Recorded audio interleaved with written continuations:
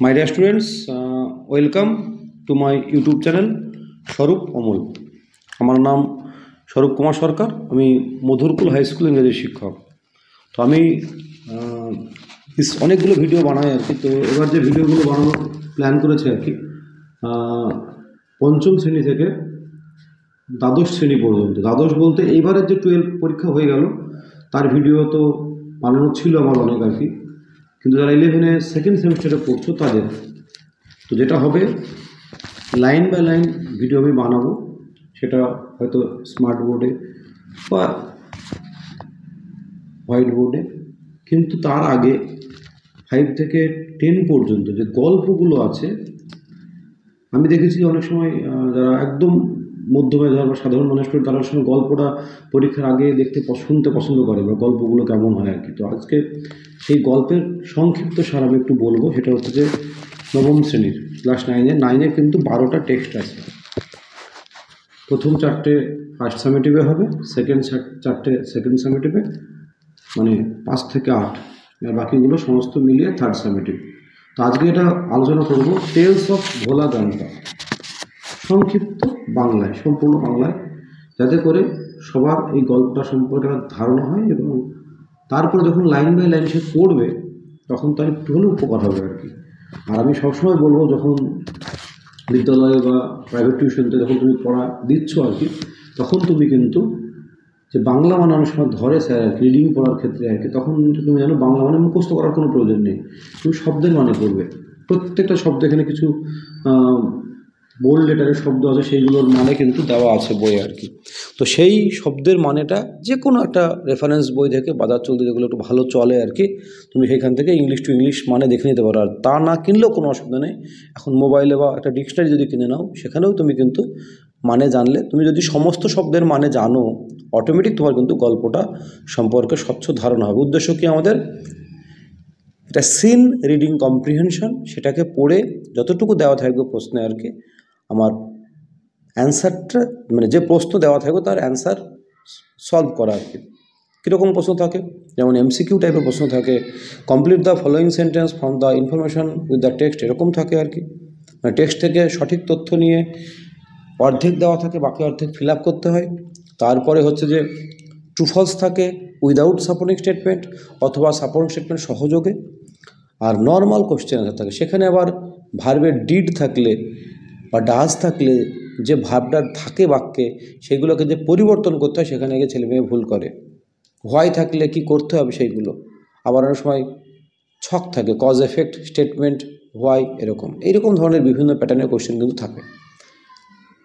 তার জন্য টেক্সটটাকে কিন্তু খুঁটিয়ে পড়া দরকার উইথ ওয়ার্ড মিনিং, এবং সেই ওয়ার্ডের সিনোনিম অবশ্যই পড়া উচিত, তার সঙ্গে সঙ্গে পারলে অ্যান্টোনিম এবং মেক সেন্টেন্স।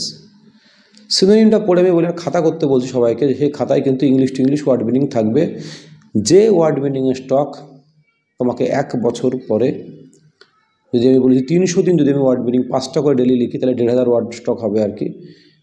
তাহলে বছরে আমার 1500 ওয়ার্ড স্টক মানে অনেক।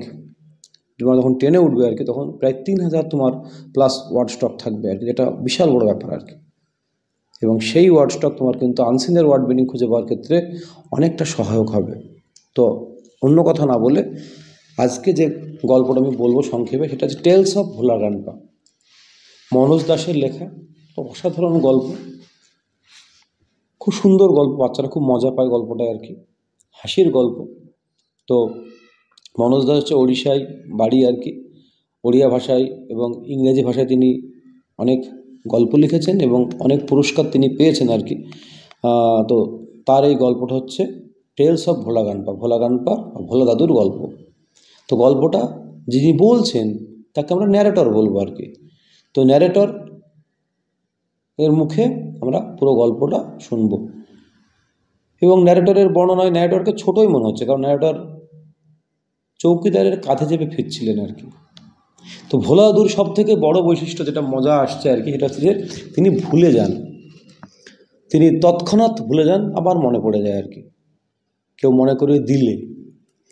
এরকম 3টে মজাদার কাহিনী আছে, আর শেষেরটা হচ্ছে আরও মজাদার, ঠিক বলবো না, একটু হলেও তাতে একটু স্যাড টিউন আছে, দুঃখের, কিন্তু তার সঙ্গে সঙ্গে তার স্ত্রীর জন্য সেই বক্তব্যটাতে কিন্তু একটু মজাও আছে। তোমরা ধৈর্য ধরে পুরো গল্পটা শোনো, তাহলে এই ভোলা গানপা সম্পর্কে একটা স্বচ্ছ পরিষ্কার ধারণা আসবে।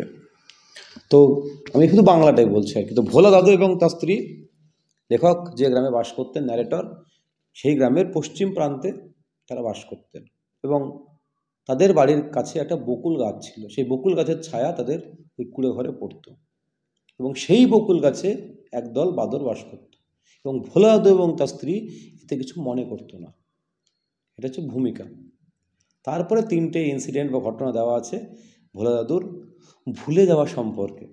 প্রথমটা হচ্ছে যে এই একদিন চাঁদের আলোয় আলোকিত রাতে লেখক এবং আরও অনেকজন মিলে একটা ফেস্টিভ্যাল থেকে ফিরছিলেন।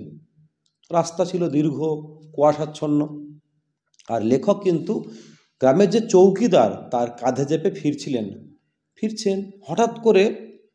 ফিরতে ফিরতে হঠাৎ করে ভোলা দাদু না চিৎকার করে কেঁদে উঠলেন। সবাই একটু অবাক হয়ে গেল, কি ব্যাপার, কেন কাঁদছে? সবাই থেমে গেল। তদন্ত করে জানা গেল যে ভোলা দাদু মেলাতে তার নাতির হাত ধরে মেলায় গেছিল, এবং নাতির আঙুল দুটো গ্রিপ এরকম না ধরে দুটো আঙুলকে চেপে ধরেছিলেন। কিন্তু মেলায় ঘুরতে ঘুরতে, মেলায় বহু মানুষের ভিড় থাকে, ঘুরতে ঘুরতে কখন যে সেই আঙুল দুটো ছিটকে গেছে ভোলা দাদুর আর খেয়াল নেই, মনে নেই। তারপরে মেলায় ঘুরেছেন, কেনাকাটাও হয়তো করেছেন। তারপরে যখন ফিরছেন মেলা থেকে বেশ কিছুটা পথ যখন চলে এসেছেন, তখন কেউ একজন তাকে মনে করিয়ে দিল যে দাদু, আপনি কি ধরেছিলেন মেলায়? তখন ভোলা গানপার মনে পড়ে গেল, আরে ছি ছি ছি, আমি তো নাতির হাত ধরেছিলাম, কোথায় গেল নাতি আমার? তখন কিন্তু ভোলা দাদু তখনই কিন্তু ভোলা দাদু চিৎকার করে বিলাপ করে কাঁদতে শুরু করে দিল যে নাতিটা আমার কোথায় আছে গো, ওকে খুঁজে বের করতেই হবে আর কি। তখন কি হলো, লেখকের বাবা, দুজন তীক্ষ্ণ দৃষ্টিসম্পন্ন, ভালো চোখে দেখতে পায় এরকম দুটো লোককে ভোলা দাদুর সঙ্গে মেলায় আবার পাঠিয়ে দেওয়া হলো। এবং সেই মেলায় যাওয়ার পর কি হলো, সহজেই কিন্তু ভোলা দাদুকে খুঁজে পাওয়া গেল। তো ভোলা দাদুর নাতিকে, ভোলা দাদুকে না, ভোলা দাদুর নাতিকে কিন্তু খুঁজে পাওয়া গেল। তিনি মানে সেই নাতিটি এটি গরুর পেটের নিচে আরামদায়ক আশ্রয়ে তিনি চুপ করে বসেছিল। কোজি শেল্টার যেটাকে বলছে আর কি, সুরক্ষিত এবং আরামদায়ক। খুব সুন্দর একটা ছবি দেওয়া আছে, ছবিটা দেখায় আপনাদের আর কি তোমাদের। এই যে ভোলা গানপার নাতি এখানে চুপ করে বসে আছে, অতএব খুঁজে পেতে সুবিধা হয়েছে আর কি। এবার এইখান থেকে কি প্রশ্ন আসে, কেন ভোলা দাদু লাউড ওয়েল করেছিল, কোথায় বাস করত? এই সমস্ত প্রশ্ন নানাভাবে আসে আর কি। যখন আমি লাইন বাই লাইন পড়াবো তখন কোশ্চেনগুলো আমি বিস্তারিত আলোচনা করব। এইবার হচ্ছে সেকেন্ড ভুলে যাওয়ার ঘটনা। সেটা কি, লেখক বলছেন তিনি সেই গল্পটা তার বাবার মুখ থেকে শুনেছিলেন। ঘটনাটা কি, যে একদিন প্রত্যেকটা গল্পের একটা দিন থাকে, তো এরকম একটা বৃষ্টিমুখর দিন দিয়ে বিকালবেলাটা, দুপুরের ঠিক পরে, সন্ধ্যাটা আমার ঠিক আগে, বিকালবেলাটায় ভোলা দাদু কী করছে, প্রচণ্ড উত্তেজিত হয়ে, মানে প্রচুর উত্তেজিত মানে কি, কোনো মানুষ দেখবেন যখন যেটা তার আনএক্সপেক্টেড কোনো ঘটনা ঘটে, হয়তো যেটা তিনি চাননি, যেমন সাপোজ ধরো কোনো এলাকায় ধরো একটা বিখ্যাত ক্রিকেটার, বিখ্যাত অভিনেতা, বিখ্যাত কোনো ব্যক্তিত্ব আর কি আসলো, তো সেই এলাকায় তার আসার কথাই না। তাহলে কি হলো, তাহলে কিন্তু সেই ব্যক্তিত্বটা অবাক হয়ে যাবে সবাই আর কি, কারণ এসেছেন আর কি, অবিশ্বাস্য। তখন তারা কিন্তু এরকম প্রচণ্ড উৎসাহ নিয়ে, উদ্দীপনা নিয়ে তারা কিন্তু ছুটবে। তো এরকম করে ভোলা দাদু ওয়াইল্ড উইথ এক্সাইটমেন্ট লেখকের বাবাকে বলল, জানো কি হয়েছে, আমি কি দেখেছি জানো, আমি দেখেছি একদল জলদস্যুকে, গ্যাং অফ পাইরেটস, তার একটা বিশাল বড় বাক্স বালিয়ে স্যান্ডিউন্স এর তলায় তারা পুঁতে রেখেছে। এবং তাহলে যারা শুনলো তারা কি গেস করবে, তার মধ্যে বিশাল বড় বাক্সের মধ্যে নিশ্চয়ই কোনো মূল্যবান কোনো সম্পদ আছে, সোনা দানা গহনাগাটি বা অন্য কোনো টাকা পয়সা থাকতে পারে। তখন প্রত্যেকে মিলে কি করলো, লেখকের বাবা এবং তার বন্ধুরা মিলে সেই লুকানো সম্পদ, হিডেন ট্রেজারকে খুঁজতে শুরু করলো, এবং তারা সেই বালিয়াড়ি গর্ত খুঁড়তে শুরু করলো। সন্ধ্যা পার হয়ে গেল, রাত্রি হয়ে গেল, রাত্রি হয়ে গেল। সেখানে শিয়াল ছিল, সে তাদের ডাকাডাকি শুরু হলো, নিস্তব্ধ হয়ে গেল। এরকম করে মধ্যরাত্রিও পার হয়ে, রাত্রি 12টা পার হয়ে গেল। যখন রাত্রি 12টা পার হয়ে গেল, তখন ভোলে দাদু, সবাই বলছে হয়তো যে এই কী ব্যাপার, কোথায় তোর বড় বাক্স, কোথায় কোথায় গেল সেই বড় বাক্স? প্রত্যেকে অধৈর্য হয়ে গেছে, হয়তো রেগেও যাচ্ছে কেউ কেউ আর কি। তখন ভোলে দাদু তাদের কাছে কনফেস করলো, অ্যাডমিট করলো যে এই শোন শোন শোন, আমার না মনে পড়ে গেছে কি, সত্যিকারের না কোনো সম্পদ নেই, যে সম্পদের কথা বলছি না সেই সম্পদ নেই। আমি যে গল্প তোদেরকে সে বললাম সেটা হচ্ছে আমি দুপুরবেলায় একটু ঘুম দিয়েছিলাম, মিড ডে ন্যাপ। সেই ঘুমের মধ্যেই স্বপ্ন দেখেছিলাম কি, সেই পাইরেটস, জলদস্যুরা এবং তাদের একটা বড় বাক্স বালিয়াড়ির মধ্যে পুঁতে রাখা। এই গল্পটা টোটাল আমি স্বপ্নে দেখেছিলাম, বাস্তবের সঙ্গে কোনো মিল নেই। এই শুনে দেওয়া নেই আর কি লেখকের বাবা এবং তার বন্ধুরা কি করেছিল। তোমাদের কি মনে হয় কি করা উচিত? আমার তো মনে হয় যে যে গর্ত খুঁড়েছিল বালিয়াড়ির নিচে আর কি, তার মধ্যে ভোলা দাদুকে বেশ কিছুক্ষণ রেখে দিলে উপযুক্ত শাস্তি হতো আর কি। চলো দেখো কেমন মজা লাগে আর কি। এবার 3 নম্বর ভুলে যাওয়া, এটা মারাত্মক ভুলে যাওয়া, গল্প বলেই হয়তো সম্ভব। ভোলা দাদু কি হলো, তো সন্ধ্যাবেলায় ওই সমস্ত এলাকায় না, সুন্দরবনের যে সমস্ত এলাকায় সন্ধ্যার পর বা বিকাল টাইমে কিন্তু বাঘ কিন্তু খাবারের খোঁজে কিন্তু মুক্তভাবে ঘুরে বেড়াতো আর কি, মুক্ত বিচরণ ছিল বাঘের। একবার আনসিনে সুবল মণ্ডলের এই গোয়াল ঘরে বাঘ ঢুকে যায় এবং তার স্ত্রীর চরম বুদ্ধিমত্তা সাহসিকতার সঙ্গে সেই বাঘকে শিকল আটকে দেয় সেই ঘরে। তারপরে সেই বাঘকে উদ্ধার করা হয়। সেই ঘটনা সত্যি ঘটেছিল, আনসিনে এসেছিল, একবার মাধ্যমিকে এসেছিল। তো কি হলো যে রয়্যাল বেঙ্গল টাইগার কিন্তু ঘুরে বেড়াতো আর কি। সেই জন্য মানুষজন সন্ধ্যার পর না একা বের হতো না, দলবদ্ধ হয়ে তারা বের হতো আর কি। তো একদিন কি হলো, এরকম একটা ঘটনা ঘটলো, ভোলা দাদু না উইকলি মার্কেট হয়, সাপ্তাহিক একটা বাজার হয়, সাপ্তাহিক বাজার। সেই সাপ্তাহিক বাজার থেকে না ভোলা দাদু একদিন ফিরছিল, হঠাৎ করে 5 গজ দূরে ভয়ানক একটা রয়্যাল বেঙ্গল টাইগারের গর্জন শুনতে পেল।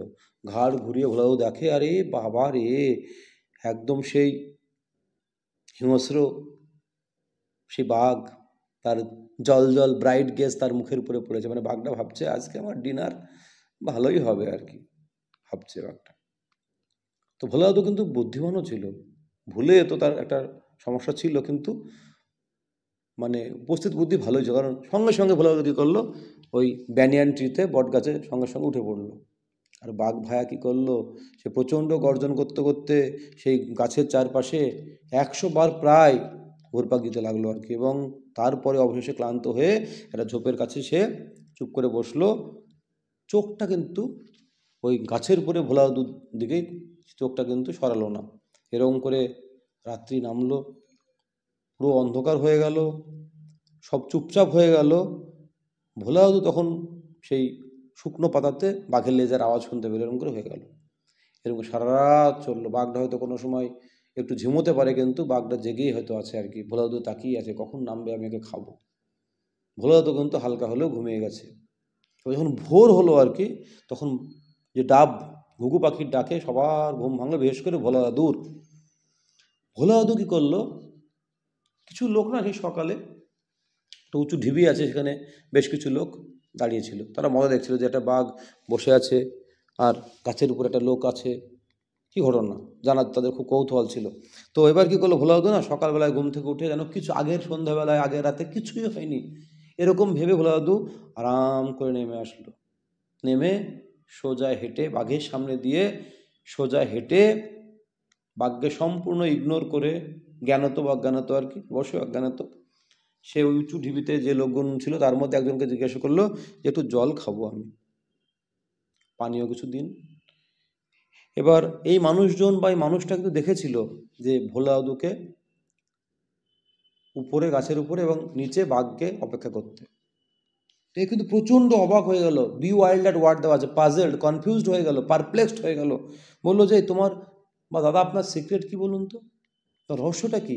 যেরকম একটা ভয়ানক হিংস্র পশু, ক্ষুধার্ত পশু, তার সামনে দিয়ে আপনি অবলীলায় হেঁটে চলে আসলেন, বাঘটা কিছুই বললো না। What is the secret? Bhola দাদুকে জিজ্ঞেস করলো। তখন ভোলা দাদু কি দেখলো, বাঘের দিকে তাকে দেখলো, বাঘলা একটু এরকম করে স্ট্রেস করছে, হাই তুলছে। তখন ভোলা দাদুর আগের দিনের সমস্ত ঘটনা মনে পড়ে গেল। আর যখন মনে পড়ে গেল, সে বাঘের দিকে আবার তাকালো, তাকিয়ে ভোলা দাদু প্রায় তার সমস্ত সেন্স প্রায় হারিয়ে বসেছিল প্রচণ্ড ভয়ে। এবার ভোলা দাদু কী করলো, এক দৌড়ে বাড়ি চলে গেল। 3 নম্বর ভুলে যাওয়া। ভাবুন, ভাও তোমরা, ভোলা দাদু বাঘের উপস্থিতি ভুলে গেছিল। এ কিন্তু মারাত্মক ভুলে যাওয়া আর কি। তারপরে এই 3টে তাহলে ভুলে যাওয়া হলো, নাতি, ধনসম্পদের ঘটনাটা, আর হচ্ছে বাঘ ভুলে যাওয়া। এবার এরকম করে চললো, ভোলা দাদু তার স্ত্রীর জীবন চললো, অতিবাহিত হলো আর কি। তারপরে একদিন সকালবেলায় ভোলা দাদু আমাদের সকলকে ছেড়ে চলে গেলেন, মানে মারা গেলেন। তার তখন বয়স ছিল 95 বছর বয়স। ভোলা দাদু তার নিজের 95 বছর বয়সে তিনি উপরে চলে গেলেন। আর সেই সময় তার স্ত্রীর বয়স ছিল 80 বছর ছিল আর কি। এবং সেই 80 বছর বয়স্ক স্ত্রী ভোলা দাদুর মৃত্যুতে খুবই কাঁদলেন, ল্যামেন্টেড, খুব তিনি বিলাপ করে করে কাঁদলেন। দেখবেন আমাদের যে সময় অনেক মানুষ মারা গেলে বিলাপ করে সুর করে অনেকে কান্নাকাটি করে আর কি। এবার তিনি কি বললেন, তার স্ত্রী কি বললেন, লাস্টে একটা দীর্ঘশ্বাস ফেলে তিনি বললেন, the old man must have forgotten to breathe. এই বৃদ্ধ মানুষটি হয়তো এবার তার শ্বাস নিতে ভুলে গেছেন। অন্য কিছু ভুলে গেছেন, কোনো সমস্যা হয়তো হয়নি, কিন্তু এবার যেটা ভুলে গেলেন তিনি নিতে আর কি, সেটা ভুলে যাওয়াতে তার জীবন চলে গেল, তাকে মৃত্যুবরণ করতে হলো আর কি। কারণ তিনি এবার তার নিজের শ্বাস নিতে ভুলে গেছেন। এরকম ঘটনা, এটাও পরীক্ষা আছে। তার ভোলা দাদুর বয়স কত বছর বয়সে মারা গেলেন, তখন তার স্ত্রীর বয়স কত ছিল, তিনি কি মন্তব্য করেছিলেন আর কি, এরকম পরীক্ষায় প্রত্যেকটা লাইন ধরে ধরে ধরে পড়তে হবে, ওয়ার্ড মিনিং সহ আর কি। এটা হচ্ছে ভোলা দাদুর বিভিন্ন রকম ভুলে যাওয়ার মজাদার কাহিনী। 5 থেকে 10 পর্যন্ত এরকম গল্পের সংক্ষিপ্ত সার, কবিতার সংক্ষিপ্ত সার এবং লাইন বাই লাইন ব্যাখ্যা সহ ভিডিও আমি নিয়ে আসছি। 2025 সাল আমার একটা নিজের প্রতি নিজের কমিটমেন্ট আছে, সমস্ত ভিডিওগুলো আমি আমার চ্যানেলে নিয়ে আসবো যতটা পারবো সম্ভব, সময় বের করে আর কি। তোমরা পাশে থেকো, আমার চ্যানেলটাকে লাইক করো, সাবস্ক্রাইব করো, শেয়ার করো, আর যদি ভালো লাগে তাহলে কমেন্ট করে জানাবে তোমাদের কেমন লাগলো আর কি। সকলে ভালো থেকো, সুস্থ থেকো, আর তোমাদের যে অভিষ্ট লক্ষ্য তা যেন অবশ্যই পূরণ হয়। ধন্যবাদ।